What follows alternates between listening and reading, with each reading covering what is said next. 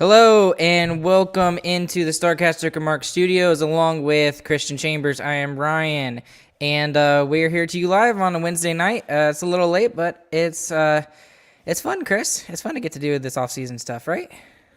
Yep, it's just hard to find things to talk about A because little bit, it's been quiet. All the GMs are on vacation right now. right? Yeah, especially after the craziness of July with Stanley Cup being awarded later than normal. And then it was just like boom, boom, boom. NHL entry draft, expansion draft, and then, NHL free agency. And, after that, it was August, nothing. So, but we still got some things to talk to you guys about. There's mostly we're going to talk about kind of like the line combos for the Stars. We'll do that last because that's the more interesting thing for us and also for you guys who are listening to us on the podcast side. Hello to you guys on the podcast side, by the way. And we're also going to start with just some recent news. Again, there's not a lot, but we're still going to start with that. And then we also wanted to touch on a little bit about this article that came out in The Athletic. It was about a couple days ago. And it's about the NHL executives being concerned with season ticket sales. And we'll get into more depth about that as we go on throughout the night. So let's just go ahead and get started. Christian, you got anything going on fancy in the world that you want to tell our listeners about, or not really? Well, I work in a tech store, so I'm sure most of y'all know that by now. But anyway, so we had about 25 computers that were delayed for 18 to 22 weeks. Whoa, that's a long time. Yeah, Jeez. so I got to tell all those customers about that, and they were very happy to hear that from me. So I'm just full of love and joy from all kinds of people today. Right. Well, for me, we start school tomorrow, so like our first day of school is a Thursday. Like who does that Thursday? Anyways, okay, so that's what's going on in our lives, but y'all don't care. So let's get into this sort of things. Okay, so a lot of the news coming from this past week was mostly about just a lot of signings and a lot of extensions that are coming up. The first one that comes to mind, obviously, is kind of a big one for me, is the UC Saros extension. So UC Saros got paid. He got a 4-year contract which, in my opinion, that's like the perfect length for somebody who wants to stay in a city for a period of time. And he got it for about $5 million a season. So good for him, good for UC Saros, and just a shout out to him especially because, as a short dude, he's a short goaltender. Mad props to him playing that position when, most of the goaltenders nowadays are, 6'3" and up. So yeah, I would have liked to see him not with the Predators because for some reason he always beats us. Yeah, what is that about UC Saros and the Stars? Even when Rene was good, Saros would always beat us when he was playing in as a backup. So it's just annoying. Well, it was Rene for the longest time as well. And it wasn't until that playoff series when John Klingberg scored the goal in Game 6 in overtime that put us to the second round. I think it was 2019, right? Or 2018? One of the two. And yeah, something like that. That was like the first time where I finally felt like, okay, the curse is broken. It's no longer there. But anyways, for Stars fans, the big thing about this particular bit of news with the whole signings and extensions thing is, yes, we've had a lot of signings with free agency and everything, but on the Klingberg front, there's nothing, which is, I shouldn't be concerned because, it's August in the off-season, nothing's going on. But, some people have shown their, a little bit of concern with this. Should we have any concern right now, Christian, with the Klingberg situation? I don't think so. I think this year I don't think he was gonna sign this offseason no matter what. I think it's possible that we get a signing during the regular season of this year, but I think they want to wait and see how he's doing to see if he can get a big boost. Because if he comes out and has a Norris performance kind of year, he's gonna get paid a lot more than he would if we pay him right now. So I'm sure his agent wants to wait, and honestly, it might be fine for us to wait as well. Well, yeah, if you're the Stars, you don't want to wait, right? In my opinion, what if he has a monster season right now? Let's just say he scores 60 points, which is insane for a defenseman. Adam Fox did it, but let's just say Klingberg has an insane year. How much is he worth then? And especially with all the contracts that have come out recently, with all the. I mean, freaking Seth Jones getting $9.5 million. That's stupid. And then who else am I thinking? I mean, Dougie Hamilton got paid too. Seth Jones. Yes, Dougie Hamilton got paid too, but he's worth it. But still, defensemen are getting paid, so I'm scared that that's going to translate to next season. And if he has a giant season next year, he's gonna demand $10-11 million. Yeah, he's gonna get $10 or $11 million. I think if we're smart, we give it to him. So that's what I hope. So you really think he's gonna get $10 million even if he doesn't have a monster season next season? No, he has to have a good season for him to get $10 million. I think if he has the same season he had last year, this year, which was still a good season, a really good season for Klingberg, yeah, he would still get paid around what Heiskanen is getting. And that's, I mean, I really don't expect him to get more than Heiskanen. I really don't.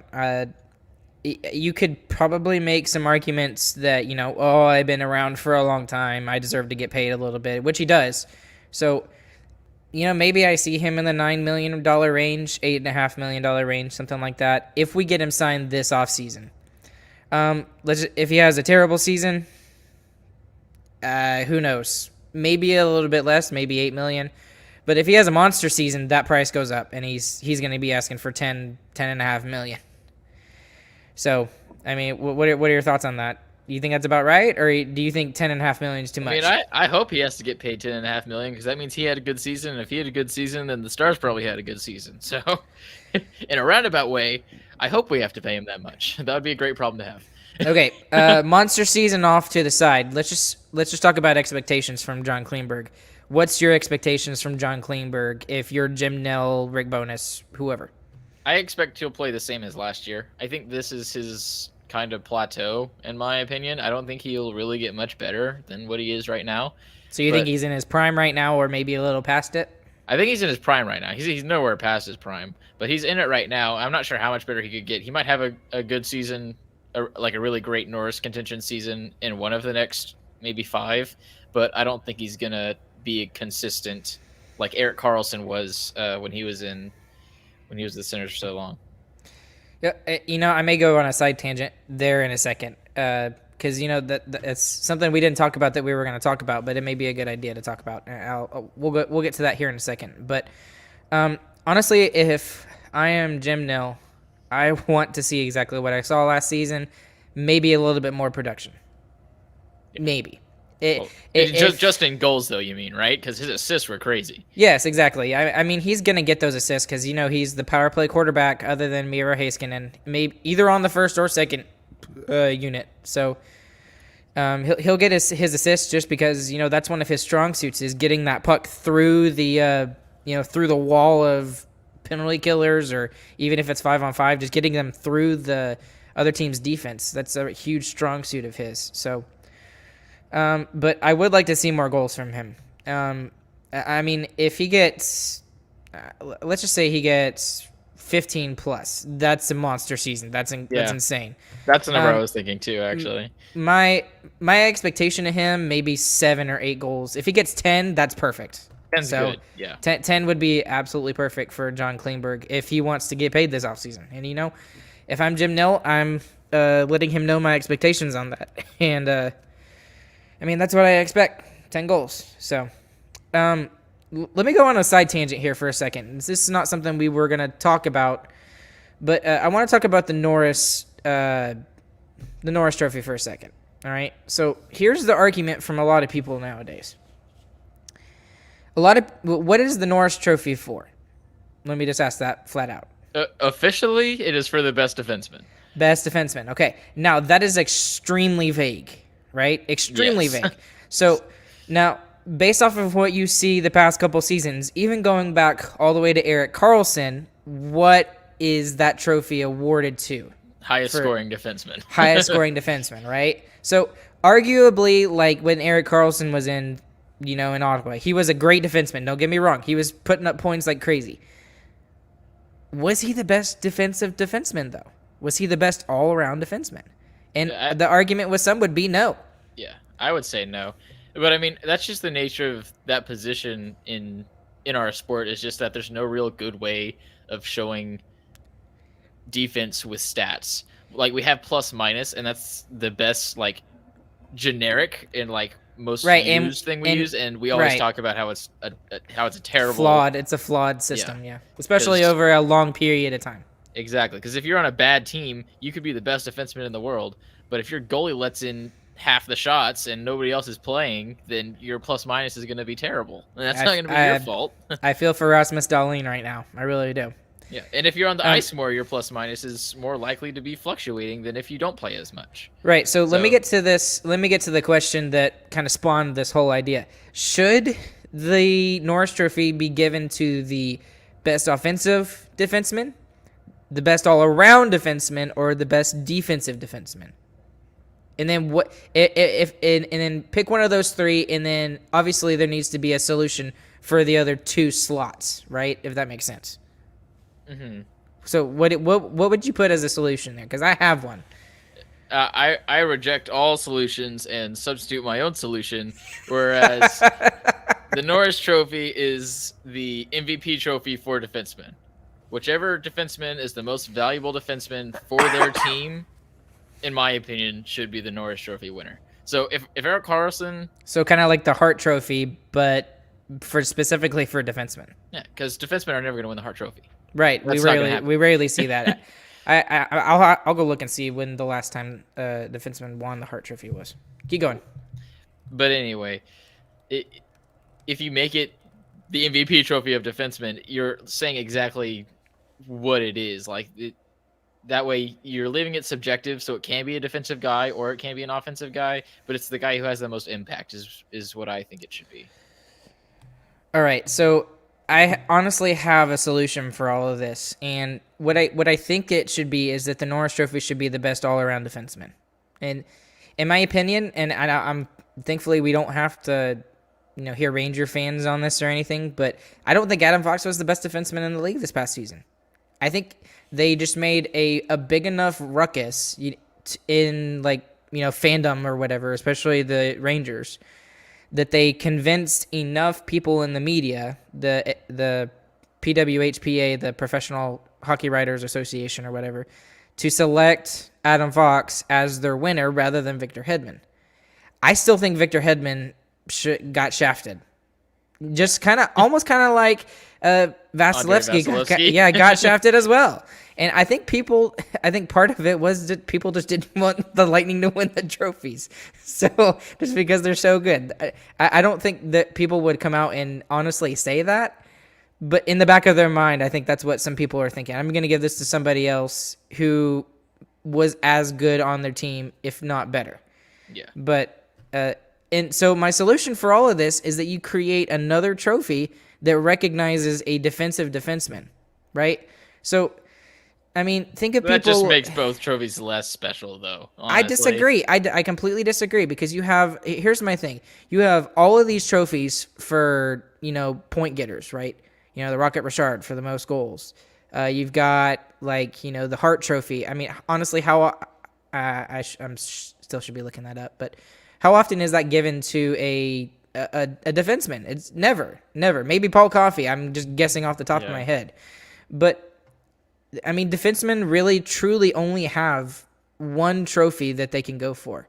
And, everybody says, oh, well, this guy is a Norris Trophy candidate. We talked about John Klingberg before Miro Heiskanen came around, and now we're saying it about Miro Heiskanen as well.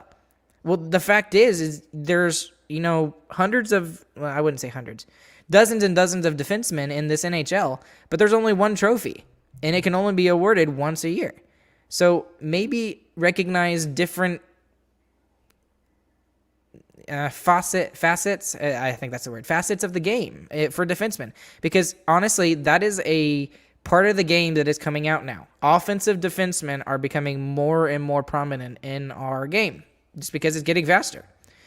I mean, we didn't really have much of that a long time ago. We had Brian Leach, the great American player. I already mentioned Paul Coffey, but now there's more. You could name 4 or 5 offensive defensemen. There's 2 in the Dallas Stars alone. So I really think that the solution for this is creating another trophy, and I don't know what to call it, but, I mean, think about people like Esa Lindell. Gets no recognition. He gets paid, yes, $5.5 million. That's great, but he's not recognized for the things that he does for this team, and it's completely on the defensive side. How often did we look at the stats, and Esa Lindell had played 6-7 minutes of PK time, and they in that power play of the opposing team had gone like 0 for 4 every game. Exactly, right. Exactly. So I mean I know this is kind of a little bit less so, but like Jacob Slavin in Carolina, he's a great example. Not a crazy offensive defenseman. Yes, he puts up numbers, but he is more on the defensive side of the game. So I feel like that those players need to be recognized more. Sorry, random tangent that we weren't going to talk about, but yeah. I mean, what's your thoughts on that? I was just curious. I think that's true, but having 2 trophies like that makes them both less special in my opinion, because right now the Norris Trophy is special because that's the one for defensemen. If that's what you think of, what's the trophy for defensemen? Oh, it's the Norris. But it wouldn't really work, I think, if there's 2. Like it would just make 2 guys be the MVP, which is pretty lame. But there's not 2 MVPs. There's a Hart Trophy winner and there's a Rucker Richard winner, and they're 2 very different things, and they're very obvious. So yeah. All right, so I've got the stats. So the last time that a defenseman won the Hart Trophy was the 1999-2000 season, and that was Chris Pronger when he was with who was he with? The St. Louis Blues. And it's been over 20 years since a defenseman has won the Hart Trophy. So you're telling me in 20 years there hasn't been a defenseman that probably could have outplayed any of those goaltenders or forwards that won that award. I don't know. That's just me, but whatever. Doesn't matter that much. I just thought it was interesting. Yeah, and there's been 7 defensemen in the history of the Hart Trophy that have won it. Well, no, not 7 defensemen. 7 times a defenseman has won it. Bobby Orr won it 3 times. And again, there's another offensive defenseman that it was not normal in the back in the late 60s, early 70s, and that just wasn't a thing. Okay. Anyways, let's keep going. So sorry, random tangent, but that's a good topic to talk about. I thought that was kind of fun. Anyways, next thing we want to talk about that's kind of going around Twitter and the social media worlds is that the NHL executives have. Wait. There's more news. The thing you've been posting all about on Twitter, the sponsors. No. On That's the what I'm doing. jerseys. Yeah, that's what I'm talking about. Yeah. I thought you were moving on. Nah, I'm not moving on yet. Okay.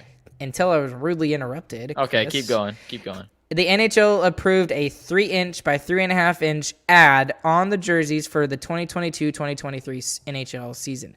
So that's not going to be for this season, obviously. It's going to be for next season, all right? And the location of these ads will be on either one of the chests, okay? I would guess it's probably the opposite of where the C or the A would be, because your captain still has to have the C, and then they'd have the ad on the other side.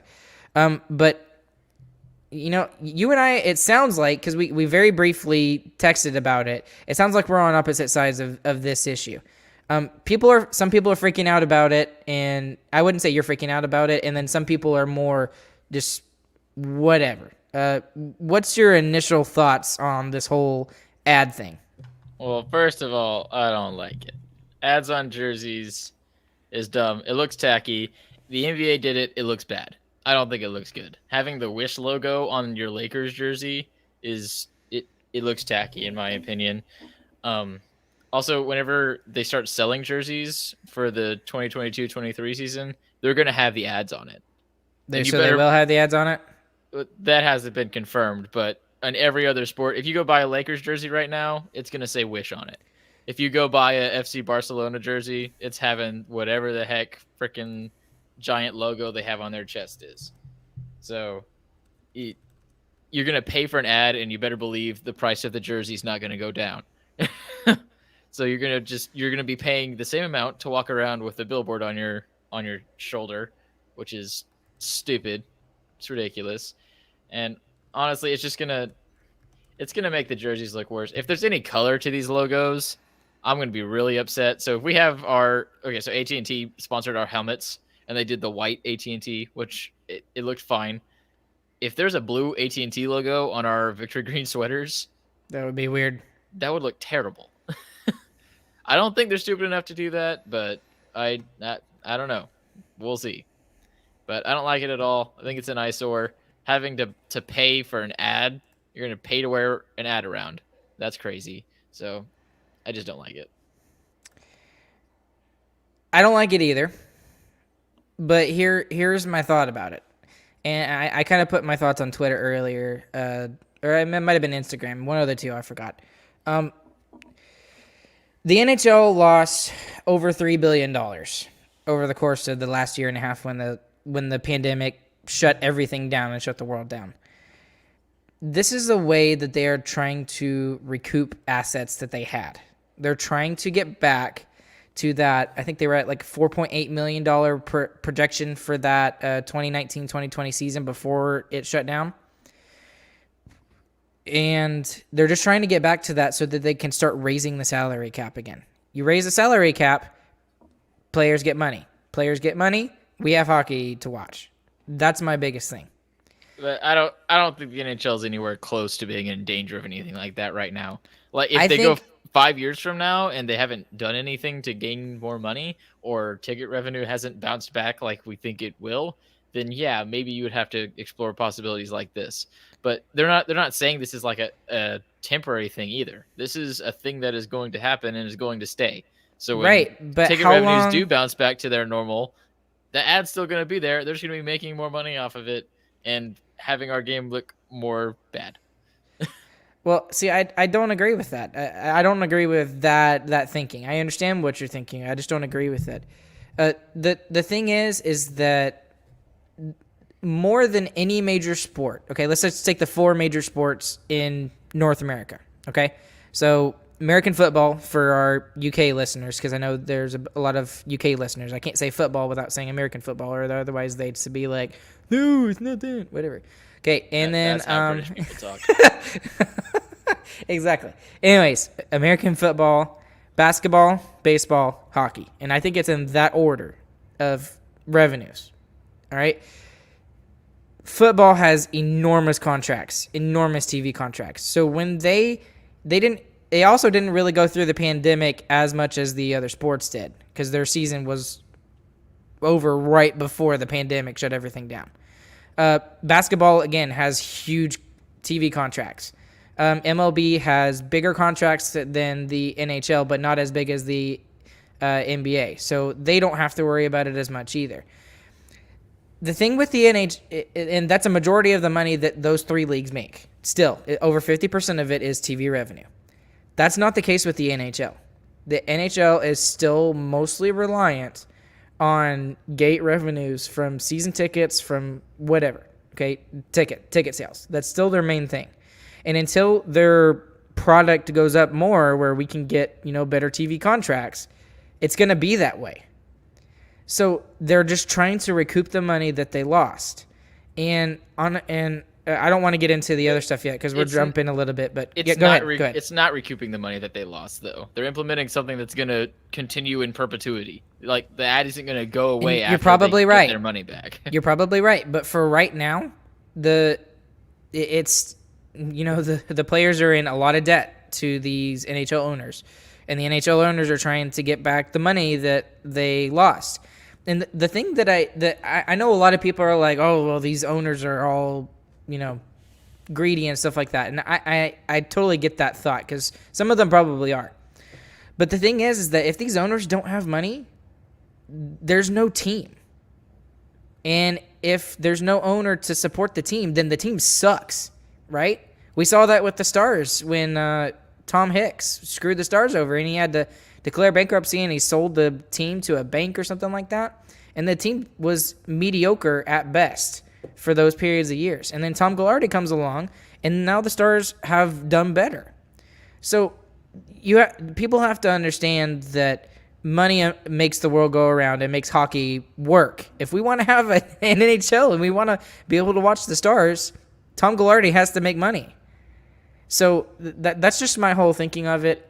The idea that we're in danger of the owners not having enough money to keep their teams operating, or the league right now, yes, to keep their money, it's not true right now. Agreed. Right now, but if we're getting ahead, it would be perfect to segue into the next thing, but we can't. We'll talk about that here in a second. Okay. So before we go into that next part about season tickets and stuff, we'll talk about that. But let's get into the one signing I did want to talk about because this was really interesting. I did not see this coming, to be totally honest with you. But Big Jumbo Joe. Big Jumbo Joe is now a member of the Florida Panthers. The Florida Panthers have done some excellent signings over the past couple of years. And, I mean, they were second in the Central Division last year, beating out Tampa Bay even. And they went out and got even more players. I mean, Sam Reinhart alone scares the crap out of me. The fact that he's on that stacked Florida Panthers team.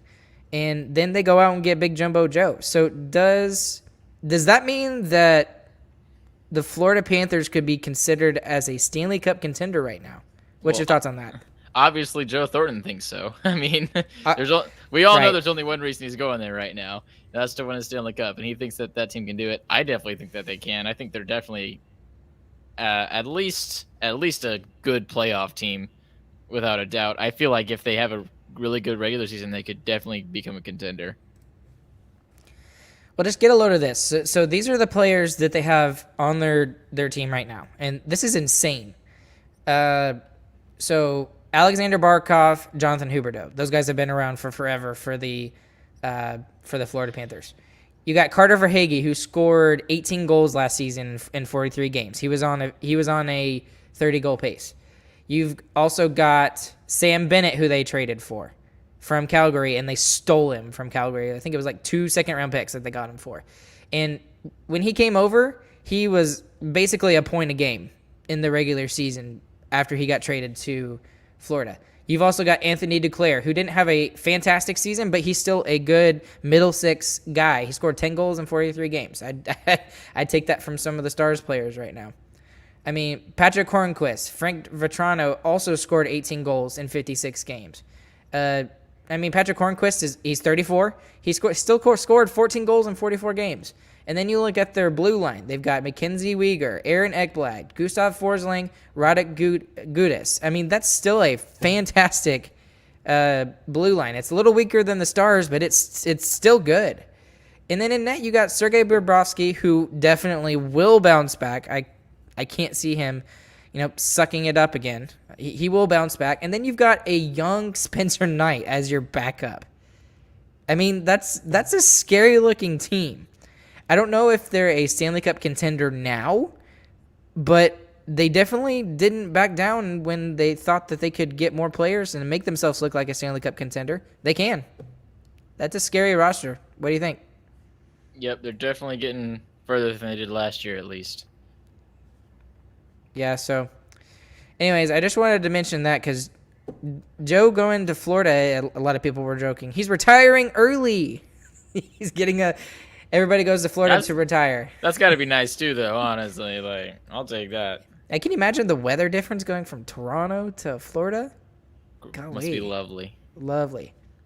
And, not to mention the restrictions are much more relaxed in Florida than they are in Toronto. Mm-hmm. So, okay. Anyways, mention that. All right. So, good luck to Jumbo Joe. He won't win the Stanley Cup because the Stars will. So, anyways. Sorry, that was a shot in the dark, but whatever. Anyways, let's get into this next topic that we're going to get into. The NHL executives, according to a report, are worried about what is going to happen for season tickets for this upcoming season. And there's a lot of debate behind this, but the idea is that they think that the buildings will start full in October, but as it goes on further and further throughout the season, that there's going to be less and less and less people going to these games. And, I mean, there's a ton of, intangibles and factors that go into this. Before I go into any of these details, what's your original thoughts, Chris, about why you think the execs would be worried about season tickets? Well, I'm no economist, but I want to go to hockey games still. So that's all I got to say. I have no idea. I don't know why they think that, but I'm sure they got some fancy algorithms to tell them that. That was disgusting. Never do that again. Oh. Pop the fingers. Anyways, okay. So here's the deal with some of these factors that go into why they think they're going to be all worried.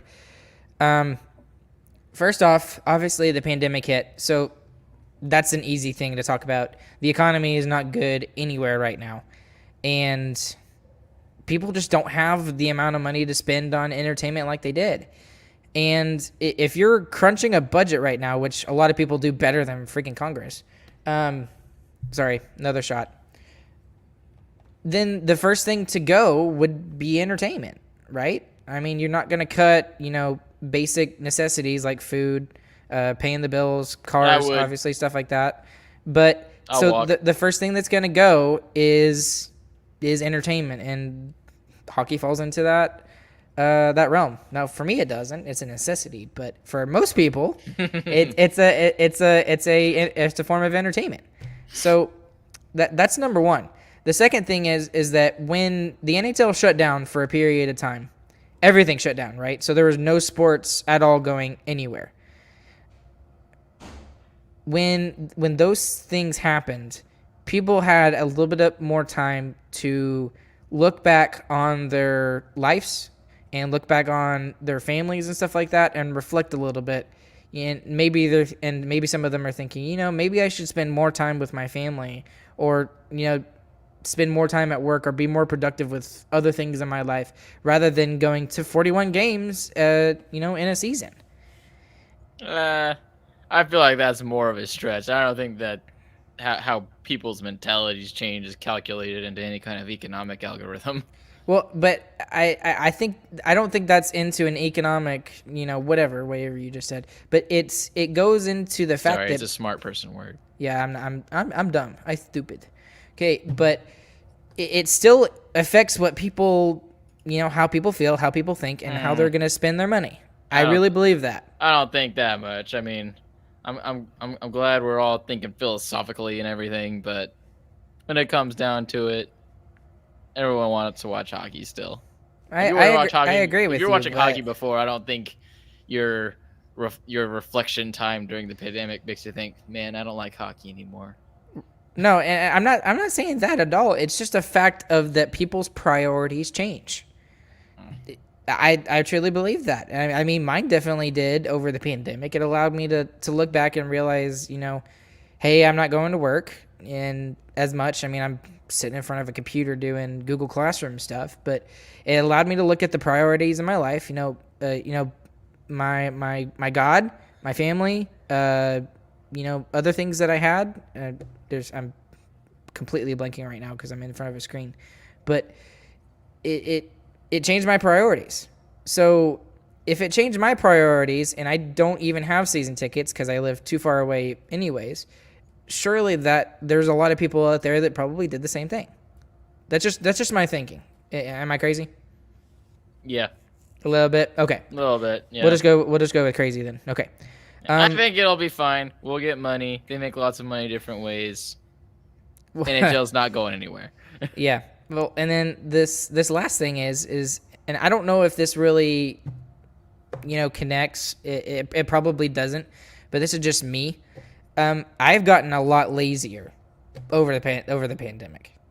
Just with everything. I was lazy during the pandemic. Well, I mean, exactly. I mean, like, during the pandemic, nobody was going anywhere. I mean, excuse me. You weren't going to any kind of entertainment things. You weren't going to the store. If you were going to the store, you were probably doing just pickup and driving straight back home. I mean, things like that. So it made me lazy in my job and everyday activities, that sort of thing. And I've seen it with my kids who I teach as well. So they've become a little bit lazier as well. They don't want. It seems like they don't want to work as hard. Now that's not true for everybody, but I have seen that more with the more average kid. So my connection to this is this: if you're a season ticket holder, an annual season ticket holder like most, and let's just say that you went through the pandemic and everything. I mean, do you really want to go and spend so much time going to a hockey game, 41 nights out of the year, when you could, rather spend time with family or do such and such thing, or just flat out be lazy and sit your butt on the couch and watch the Stars from your couch. Is there any connection there? Is any correlation there? Or again, am I just insane? If there is, I can't sympathize with it. The first year that I have season tickets will be the happiest hockey year of my life. And again, I'm not discounting and it will that. happen. It will happen. I'm not discounting that at all, but I believe that there are people out there that would look at that and, maybe change it a different way. I don't know. Again, priorities changed over the pandemic, and I think that's why the NHL executives are really worried about that. And in the Athletic article, that's one of the things they pointed out. So, the NHL will be fine. Bottom line, the NHL would be fine. They will eventually get back to that 4.8 billion projection that they were wanting to get. But how quick they get back to that, I think is going to be affected by how people's priorities are. And I guess we'll see what happens over the course of the next couple of years. So, anyways, put a bow on that little topic. Is there anything you wanted to say about that before we get into the next thing? If you don't want your season tickets, I'll take them. Likewise. So, two people. We're looking for 2 groups of season tickets. Okay. Anyways, okay.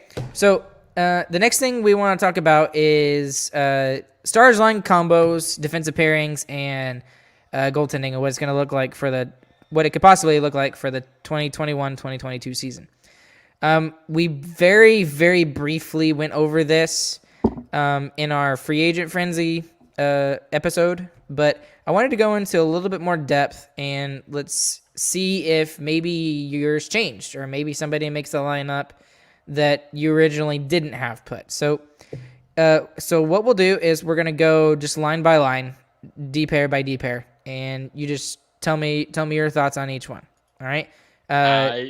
Why don't you go ahead and go first, and let's just start with the first line. Who's the first line? All right. So my first line is gonna be Pavelski, Hintz, and Robertson. It worked all year last year. No need to change it. Hintz is. I guess this is kind of a hot take. Hintz is going to be our highest scorer at the end of this year, in my opinion. Oh, shoot. That's not a hot take at all, in my opinion. Based off of what we saw last season? Sagan is still a great player, which is why I think it's a hot take. But I think Hintz is going to be our highest scorer next year, so I think that's definitely going to be our first line. Hopefully Pavelski can play at least close to what he did last season, and then that line will be amazing. And I think it'll help a little bit that he play. I assume, because I'm with you on this, that's my first line combo too, is that he plays on the wing. So there's a little bit less responsibility and a little bit less coverage on the ice. The center does the most skating out of all 3 front forwards. So I think that will help Pavelski and maybe help his production. We'll see. So, hopefully he just doesn't lose too much, because he's gonna be worse this season. There's no doubt about that. He had probably the best season he's gonna have in his 4th quarter of his career, we'll say. But hopefully he just doesn't lose too much. Well, 15 goals, 28 assists, 43 points in 41 games. It was. That's crazy. While he's injured. He's injured. So that just makes me think that injury held him back. So, I think he can hit 30 goals this season. I really do. If you double that, 41 times 2, that's 82 games. 15 times 2, that's 30 goals right there. And I think the projection is going to be even higher. So I think he gets 30 goals this season. No way he can keep that up. No way? We'll be lucky why so? If he gets 20. Because he's so old. Last season was crazy. He was we're talking about 2 totally different people right now. I was talking about Hintz. Sorry. Oh, you were talking about Pavelski, I thought. No, I was talking about Hintz. Yes, you did. Oh. It's been a long day. Hintz, yes, he can score 30 goals. Yeah, I'm with you. Okay, and I'll flip around and say I agree with you on Pavelski. If he hits 20 goals, that will be great. So that's okay. Well, we can go back and listen to the episode and see who was wrong. It was probably me, but either way. I think it was me. I've been working so much. I hate it. I'm tired. All right. Second line, who you got? Second line, I've got Tyler Seguin, Alexander Radulov, and I couldn't decide who I wanted on the left side, either Gurianov or Kiviranta. And I'm kind of leaning towards Kiviranta for one specific reason. And that's because I think that Gurianov will play better with Ben than he would play with Tyler Seguin, Alexander Radulov. I'm putting Gurianov there, but you can keep going if you have So, more to no, explain. go ahead. You go ahead. Second Well, line. I'm putting Gurianov there because obviously Russian line. That's freaking cool. Also, Gurianov can just be the run and gun guy while Seguin just dances around everybody, and Radulov can somehow find ways to score goals. So, and having the one timers on both sides of the ice, that would be nice too. But either way, I think those three guys are our most consistent offensive guys. Now, Gurianov wasn't really last season. He had a sophomore slump last season. It was really rough for him. I expect him to bounce back pretty dramatically this year. How 20 plus goals? I wouldn't say 30. If he hits 20 plus, we would be happy with 20. Yeah, I agree. That would be awesome if we could get a little bit more production. 20 would be very good. Yeah. Mm-hmm. So the reason why I don't put Gurianov on that second line is I think Kiviranta is a better fit because he has a little bit of speed that Denis Gurianov. Yeah, Gurianov is so slow. Don't even. It depends on the game. It depends on the game because sometimes he can keep up with. Sometimes he can keep up with Hintz, and other times it seems like he's the slowest player on the ice. Admit that was a dumb statement and make your next point. That was so dumb. So third line. I'll say my third line. Okay. Third line, and a lot. I don't understand this.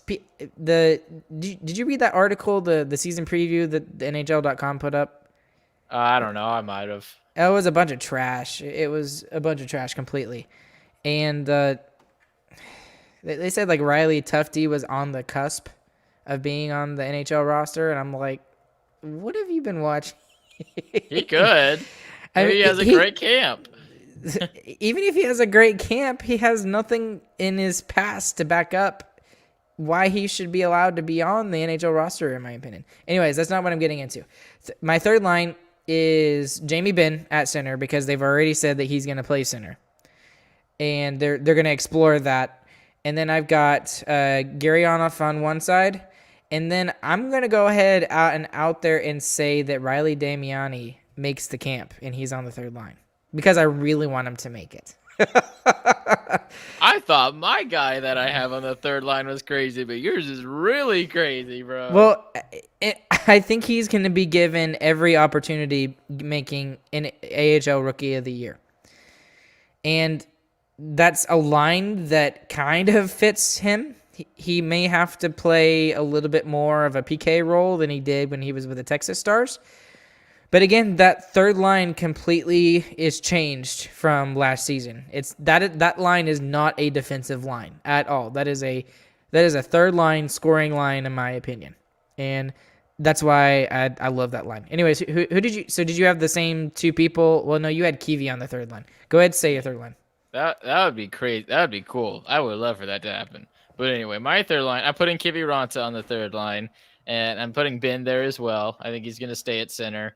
And then I have Delandria as making camp. That's not too far out there. I really don't believe that. That's I didn't not think far it was out too there. far out there, but it was still out there. Mine's mine's further yours out there than way yours. Far out there, bro. Agreed. But I think if Delandria really worked this offseason, which I really hope he did, got bigger and stronger, which was the big thing that we talked about with the eye test was showing us, is that he would run at people and he would just hit them Bounce and off. fall.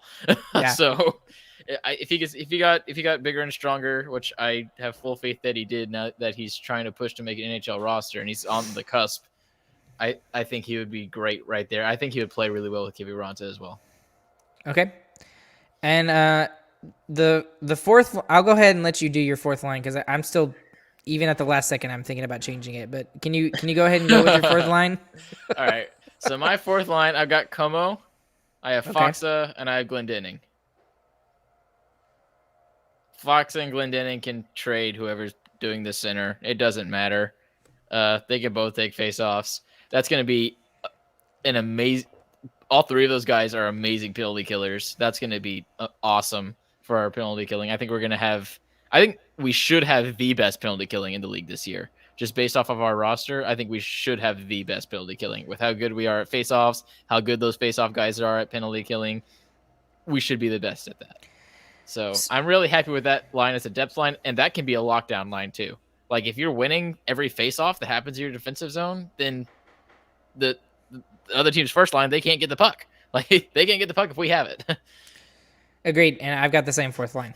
I do. Same fourth line. And for all the reasons you said. Yeah. And we're both going against most people, and we're saying that Michael Raffles out. Yeah, and my thing is that you got to let some of these young kids start to take over, because let's just assume that the Stars don't make the playoffs and they don't win the Stanley Cup. This is it. This is our chance. If they don't make the Stanley Cup, you're going to need some of those younger guys to step up, because, I mean, next year Pavelski's gone. I don't see him being re-signed. Radulov is gone. I don't see him being re-signed. And we start going, I wouldn't say a rebuild, a full-on rebuild, but definitely like a retool, if that kind of makes sense. I'm stealing the words from the hockey guy. But we'll still be relevant, but we will be a bubble playoff team for sure next year, in my mind. Now, this year, I'm way higher on the Stars than most people are. Most people still see them as a bubble playoff team. But, yeah. Yeah, so, I think the Raffles signing was pretty useless. I don't think he should play. I disagree. I think we have enough depth guys where we didn't need to spend $1 million to get Raffle. I don't think it's important for us. I mean, look at the guys we have. We have Delandre, we have Gardner, we have Les Bronze.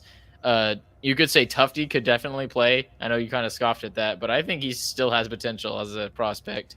Even Adam Masherin, I mean, you would give him a shot, I think, instead of giving. He went to Europe to play. He's not. He's not on the Stars anymore. I forgot about that. No, dude. Another one. We killed another one in the AHL. Anyway. Damiani, I would rather give him a chance than let a 32-year-old right and can't score play. Like, well, and here's the thing with the Raffle signing. What that shows to me is that he wants a little bit more veteran presence in the lineup, which because we don't. I think is enough. Crazy. Yeah, right, exactly, right. So I mean, so when you go down the list of forwards and their ages, just of who will be in my lineup, here's their ages. All right, so 32, 29, 35, 22, 24, 37, 35, 27, 24, 25, 32. And where's the last one? 21. So, I mean, it's a good mix of both, but it's almost like we have like all the young guys and all the old guys. There's not many guys in between, right? Does that make sense? Yeah. So it's almost like he's trying to take this scale, which those of you who are on the podcast side, you can't see him have one hand down, one hand up, and he's just trying to balance it out a little bit. Is that the thought from Jim Neal? Well, if that's the thought, then how does the Raffle signing balance anything? The Raffle signing balances. I don't think he makes. I think he's number 13. He's forward number 13. That's. I sure hope so. I don't think that's going to be it though. And yes, we had a lot of guys who came up and played really well for the Stars this past season. Like, I mean, Gardner played fairly decent in a bottom six role, and same thing with Tanner Caro. He was probably the best one to fill in those bottom roles. But what he didn't like, and what we talked about, we talked about this a long time ago, is that fourth line and sometimes even the third line had AHL level guys on it. And it's almost like he heard us and he went and said, "Okay, I'm gonna go get all these guys." And a lot of it he did he even did it in the defense as well. So, okay, Bo on forwards, defenseman. Who's your? This is really easy. Way less. Way less. Lundell. Yeah. Right. Okay. All same right. with me. Keep going. Moving on. Okay, so this one I was very tempted to do Miro and Hakanpää, but I'm gonna do Miro and Sutter instead, just because I still do think Sutter is a solid defensive guy and will be the same kind of security blanket from Miro. He may not be as big, but whenever we need the big guy, we'll put Hakanpää out there with Sekera. Okay. And who's your third pairing? Who makes it? Sekera and Hakanpää. Sekera and Hakanpää. Okay. So I hope that Harley or Hanley, either one, Harley or Hanley, pushes Secker out, but I don't think so. I honestly think that what's his face? You just said it. Hanley. I think Hanley's number 7. What about Harley? Harley. What about Hanley? I hate you. Harley? Wait, who? Harley, no. Harley does not make the Stars this year because I think this is a year that they try to go for the cup, and I just don't think he's ready yet. And plus he destroyed the AHL this past season. He did great. And I really think that even further that he's not going to make this roster just based off of Andreas Borgman and Alex Petrovic being signed by Nil. Those are purely depth moves. Those guys are not going to play much for the Stars, but they're going to be on the NHL roster. I have the exact same defensive pairings. Although I think if Suter struggles for a long period of time, so let's just say I think he'll struggle right off the bat because he's in a different city for the first time in a long time. I think if it's by late November, maybe early December, if he's still struggling a lot, I think Hakanpää will be given that opportunity to play in the top 4. So I think that will happen. And then, all right, so then the big question, and everybody's talking about it and confused about it, who's in net?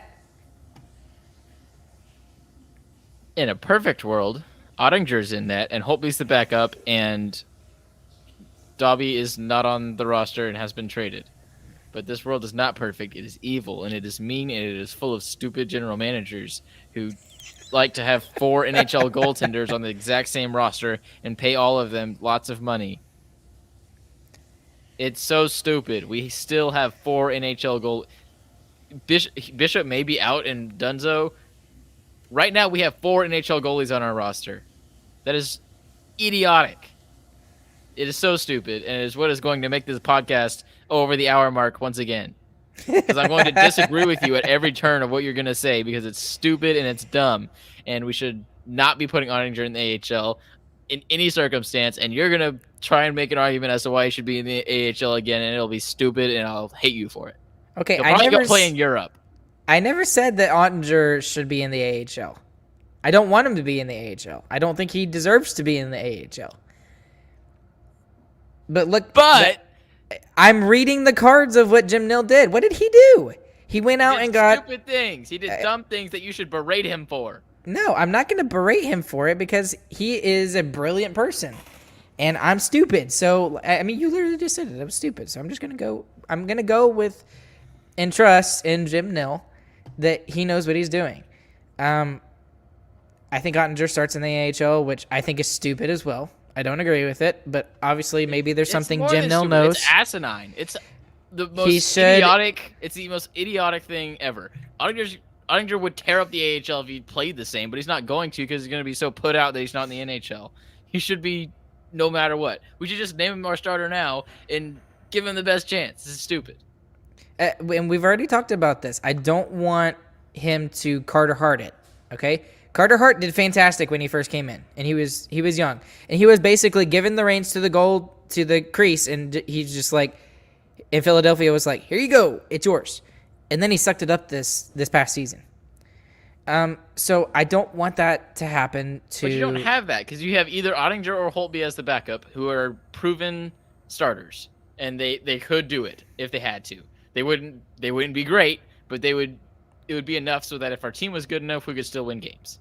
So okay. It's not the same though. It's not the same as Carter Hart because Carter Hart had nobody. It was him. That was it. Yes, you're right. Ottinger would have a safety net. It would be the perfect situation to do it, and we're still not going to do it. A lot of people say he doesn't have a safety net. How? Dobby did not. Dobby almost won the Stanley Cup by himself. And I'm not talking about the Stanley Cup. I'm talking about last season. Okay. That duo he had of a bad season compared to the Stanley Cup, but he was still better than lots of other goalies in the NHL. Yes, and I'm not disagreeing with you, but it wasn't good enough to make the playoffs. And that is what Jim Nill is looking at. He's looking at the fact, okay, if Ottinger is the starter... Well, none of these goalies are good enough to make the playoffs. You think Holtby's good enough to make the playoffs for us? I do. He's gonna... Oh my gosh. I do. Go tell that to Vancouver fans. 'Kay. They would I know. laugh you off the Okay, air, but dude. they would also agree with me that Vancouver does not have a defense. Vancouver Okay. doesn't have a defense. He will Okay, objectively you have be already better. told me. He will You have objectively already be told better. me. Yes. Yes, he will be better. His stats will be better. And you have already told me that this team, our top four, and assuming it's Suter, we'll just go with Suter, that they are we have one of the best decors in the NHL. Uh-huh. I agree, 100%. And behind, goaltending is important, but that defense that we have is going to stop a lot of the issues that Holtby had last season. Holtby didn't have that security blanket of a great top four defenseman. Decor, sorry, not defenseman doesn't make sense.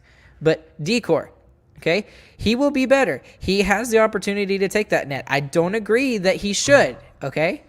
But he is the extra security blanket because Dobby has shown that he can't be that security blanket. Okay? Well, then why is he on the roster? Then why is he on the roster? Dobby? Ottinger has already showed that he can be a backup. He did it really well last season. So why is Dobby on the roster if he can't be a starter? We don't need him for a backup, and he's getting paid $3 million. He was strictly for last season, in my opinion, why he got paid, because we knew that we were going to have to go with Ottinger no matter what, and Bishop was hurt. We knew that. Okay, well, then why hasn't he moved yet? I don't know. He has a 5-team no-trade list. There's lots of other places. And then here's the other thing about Ottinger as well. Jim Nill has not come out and said that Ottinger will start in the AHL. What has transpired is that Heike came out today and said, I need to go find that tweet, and I'll find it here while you're talking in a second. But he came out and said it's kind of expected that he was going to start in the AHL. That does not mean that Nill thinks that he's going to be in the AHL. He flat out came in the press conference, the Zoom press conference after the free agent period. He said, come and get it. Come and get it. This is your net if you prove to me that you can come and get it. Now, in my opinion, I think he already proved it.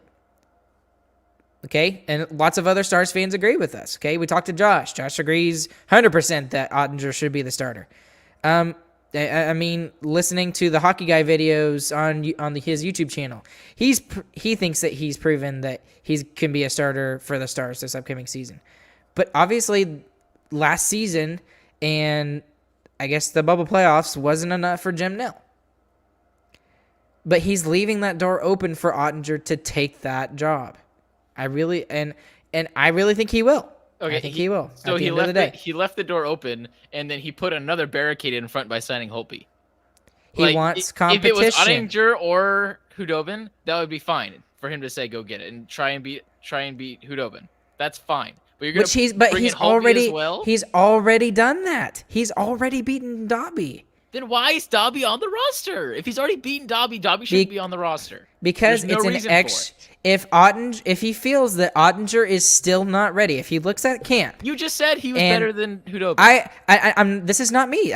This is me speaking as Jim Nill. Okay, if Jim Nill looks at those three guys, and he looks at camp and he says Ottinger is not ready.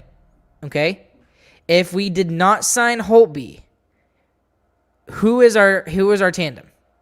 Hudobin and Point? No, that would be it. Ottinger would not be that bad. He would not be so bad that he has to get sent down. Right, but if he's not ready, I'm not arguing. Ready. He played the whole season. I'm talking as Jim Nill. You're arguing with Jim Nill right now, not me. I agree with you. Then they're stupid. He's stupid then. No, he's not. The whole season. He's not going to be bad enough to have to be put in the AHL. He played half the season. He played half the season, and Dobby played the other half. Okay? If Ottinger is not ready in his... better than Dobby. Dobby should not be on the roster if we're saying that he's better than Hudobin. Agreed. I'm not disagreeing with you, Chris, okay? But I'm thinking as Jim Nill. If we're both agreeing and you're just talking about all these other people who agree with us, Jim Nill's stupid. He's dumb. That's the point. That's a stupid decision to make.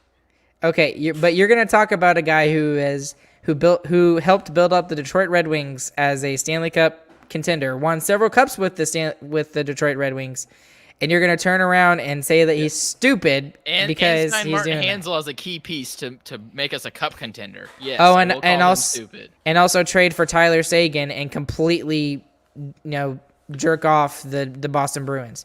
That was the wrong word. That was the wrong word. Yeah.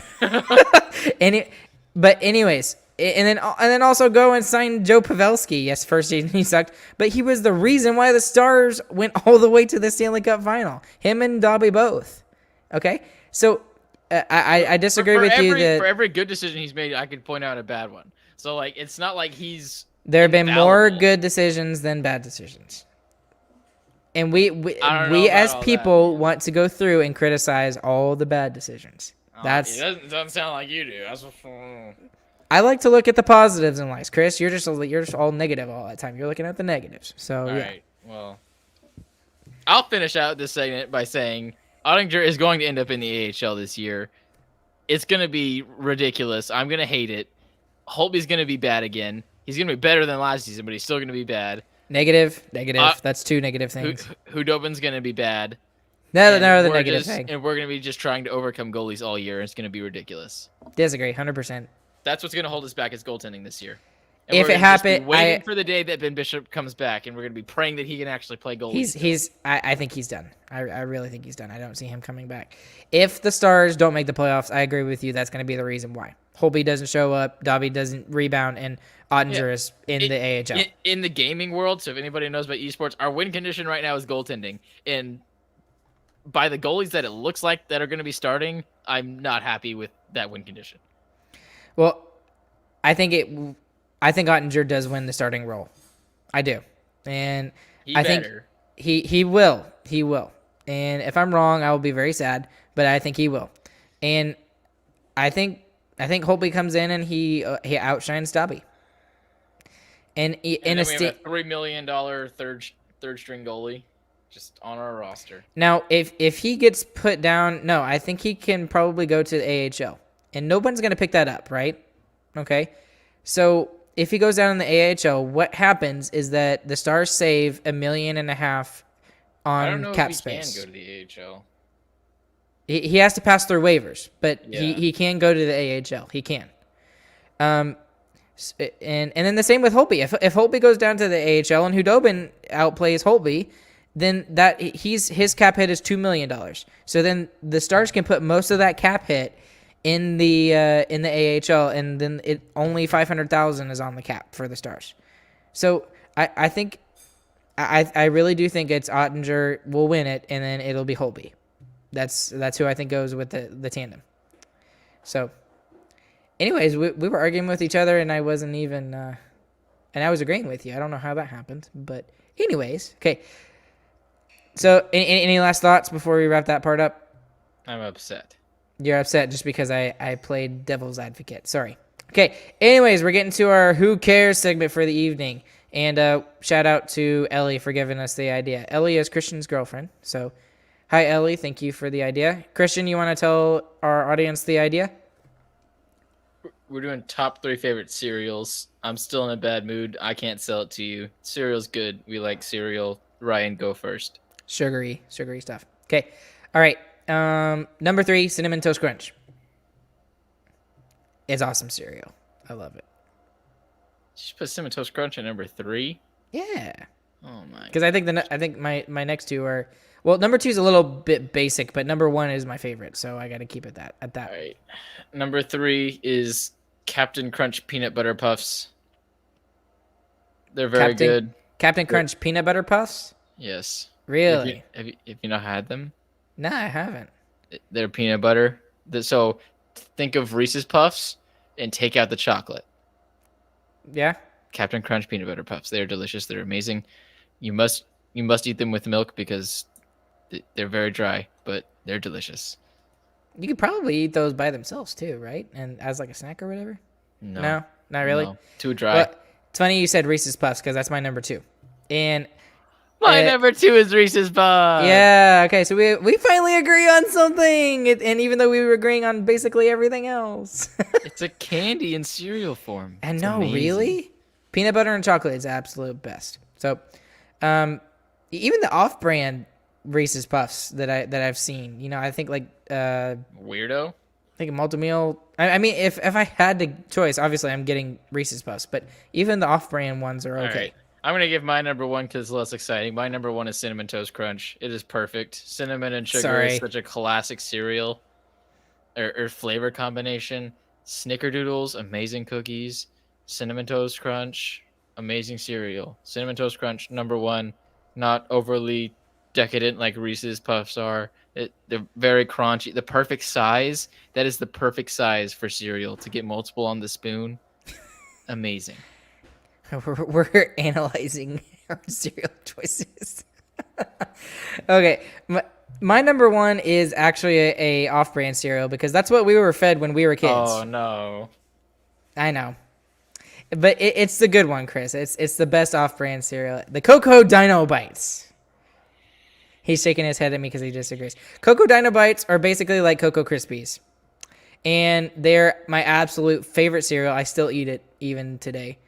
I don't think we have a bag in the pantry right now, but Chris, stop! You're making me feel bad.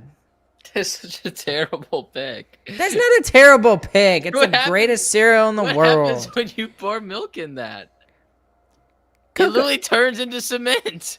No, it doesn't. What are you talking about? Does. No, it doesn't. So what you do is you have the Cocoa Dino Bites, right? Okay, you put the milk in it. Spoon, you put a splash of milk on that spoonful, and you immediately eat it before No. it gets too soggy. No, well, I mean, I eat it fast anyways because I love that cereal. But you put the milk in there, and then you eat the cereal. Yes, it may get soggy if you leave it laying around. But then at the end, you have chocolate milk. How awesome is that? No thoughts. That is terrible. Whose favorite cereal is any form of Rice Krispie? That is... Okay. Honorable mention to Apple Jacks, by the way. Oh my... You would say that after all of this. You would say that. Wait, is that one of your top ones? Like Apple Jacks or Rice Krispies, offense fully meant. Your cereal choices are terrible. No one's listening to you, Chris. Chris, you're just an idiot. You're wrong. You're wrong. That was a really good insult. Except for the really struck me to my core. You did. I like the Cinnamon Toast Crunch one, and the Reese's Puffs. But what was your third one again?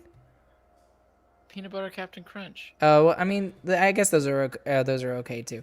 Some people have told me it's good. I need to try it. Okay, I think that does it for us. That wasn't too bad. Hour and 12 minutes, right? Everybody heard that. Whoops. Okay, guys. Anyways, thank you guys for tuning in this evening along with Chris. I am Ryan, and you've been listening to Sarcastic Remarks presented by DraftKings. Make sure you use that promo code THPN when you go on their app for a daily deal that they have. Make sure you follow us on Twitter, SarcasticR, Instagram, Sarcastic Remarks Podcast, all that jazz, Snapbook, all that jazz. And if you would kindly, please leave us a review on Apple Podcasts if you're listening on the Apple Podcast side.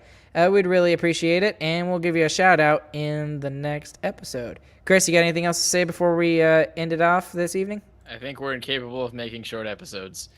I know. You remember when we used to do like 20, 30-minute episodes, and now we're like doing like... I'm sure when we're way longer. Ew, why is it the Islanders? Oh, I messed up. No. Okay. We'll catch you guys on the flip side. Good night. Bye.